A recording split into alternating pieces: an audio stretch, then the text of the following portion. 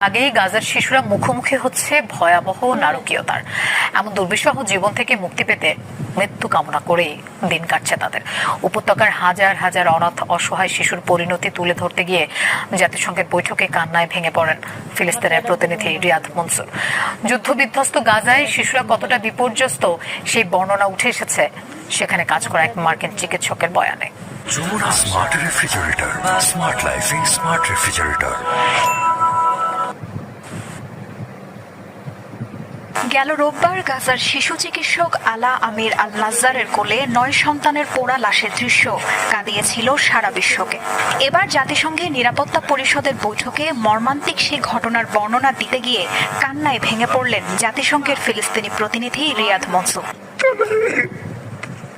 জাতিসংঘের বৈঠকে কান্নাজড়িত কণ্ঠে মনসুর বলেন, গেল মার্চে যুদ্ধবিরতির শর্ত ভঙ্গের পর ইসরায়েলের পৈশাচিক